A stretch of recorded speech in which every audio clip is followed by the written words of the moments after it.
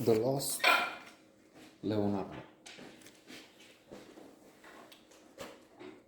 A fantastic story, wonderful documentary that invites us to question art.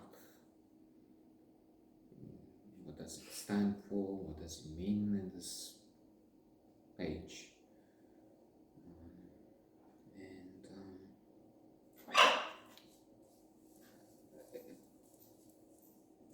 A thriller, really.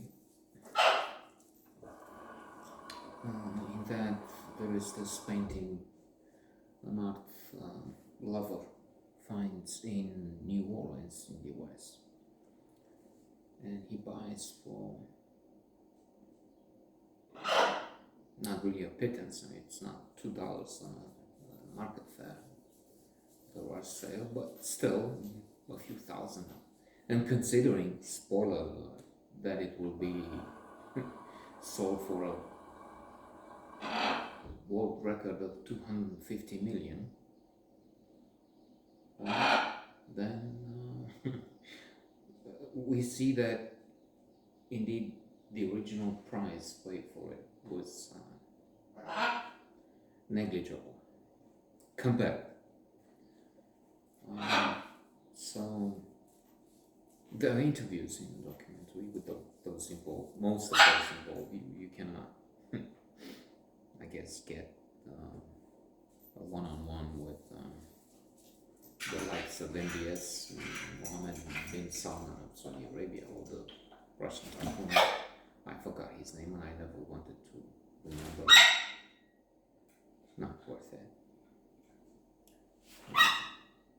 Oligarchs, vicious types.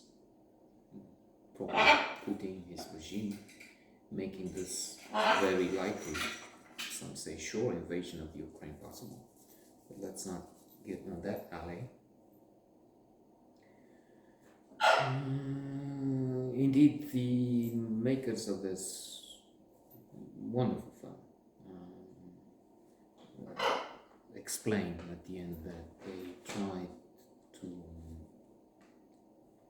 interview Sotheby's, the Louvre, and quite a few others, but these declined. So we follow the money trajectory of this painting. Very well presented, interviews, graphics, and so on. So we start, for instance, on this map with a small figure at the beginning, and then as it moves, the price increases a few thousand, and then more and more. At one point, Mrs. Modestino, I think was the name, is asked to get involved. She's an expert in Renaissance, and she's cleaning the painting, she's restoring it. But then the joke will be, this is 85% Mrs. Modestino painting. It belongs to her, 85% of it. And then again the joke, this is contemporary art. It's not Da Vinci, because what we find at one point is that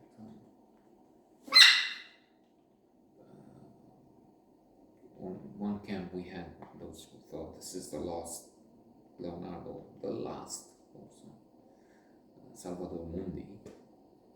But then others who said this is preposterous, this is impossible, Leonardo will never do something like that. There are only 15 works by him.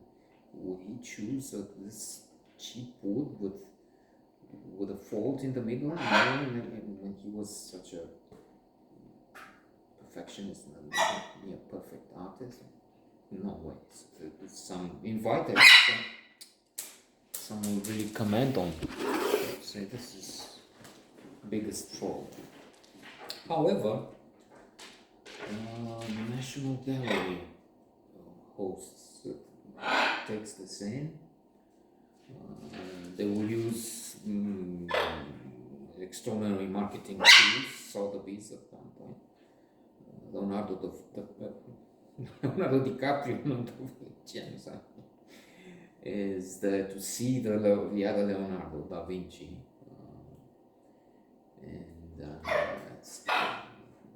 He's not into the sale, of course, but interested, heard about this lots. And then a Swiss art dealer, the richest man who has a Porto Franco, those free ports, airports, and also moving art around. So he gets involved. He gets a Russian billionaire in Potash, I think, a mine was second worst, had something going on, an explosion, second worst calamity after Chernobyl or something. Disgusting fellows, anyway. So he's the intermediary, Swiss fellow.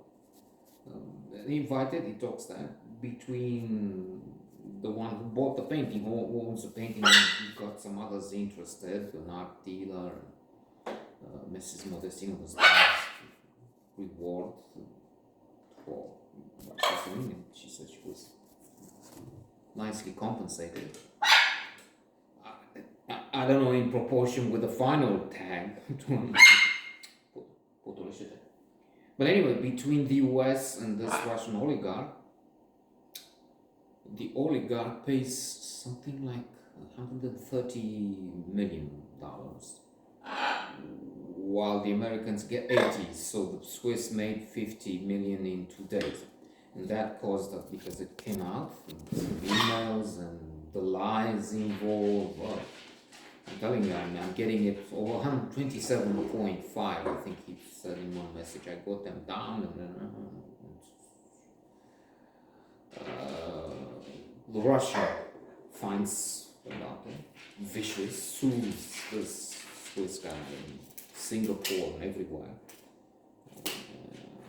attacks. I don't know if it destroys the reputation, but that's affected a lot.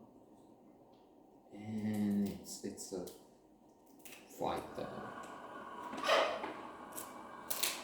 I mean, I'm not all in favor of the Swiss. He was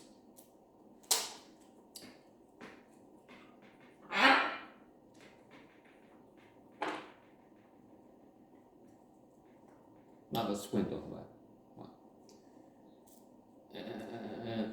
but with the oligarchs, I mean, fuck them. These are people who got rich overnight, getting from Putin and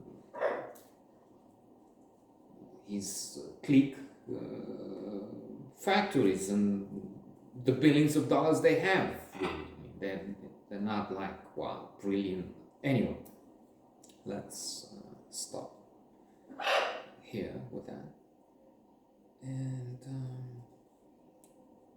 he wants to, the oligarch wants to sell a collection. And then we get to this, and then I get to this with the Sotheby's and the marketing and the money. Art means money, and we're learning about this. In fact, so many just use it, but they don't care for it. Besides, many works of art are just, we don't know where stored, and it's used as guarantee for loans for pure financial reasons. And there's also one expert who says, think about this, these are people who know there can be trouble, and if it's trouble, they want to get out quickly with things they can carry. You can't carry land, you can't get, which can be expropriated, but you can carry a painting.